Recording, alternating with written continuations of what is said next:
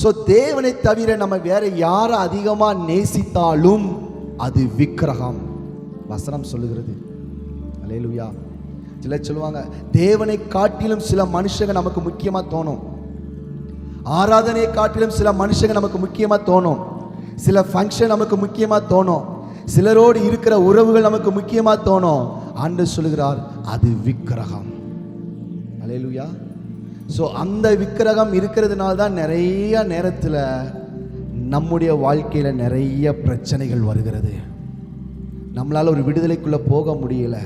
தேவ சமூகத்தில் தன் இருதயத்தை வெளிப்படுத்த வேண்டிய சிம்சோன் தெலீலாள் இடத்துல வெளிப்படுத்தினதுனால இப்போ தெலீலாள் சிம்சோனை அடிமைப்படுத்த தொடங்கிவிட்டாள். இப்போ தெலீலாள் என்ன நினைக்கிறாளோ அதுதான் சிம்சோனுடைய வாழ்க்கையில் நடக்க ஆரம்பிக்கிறது.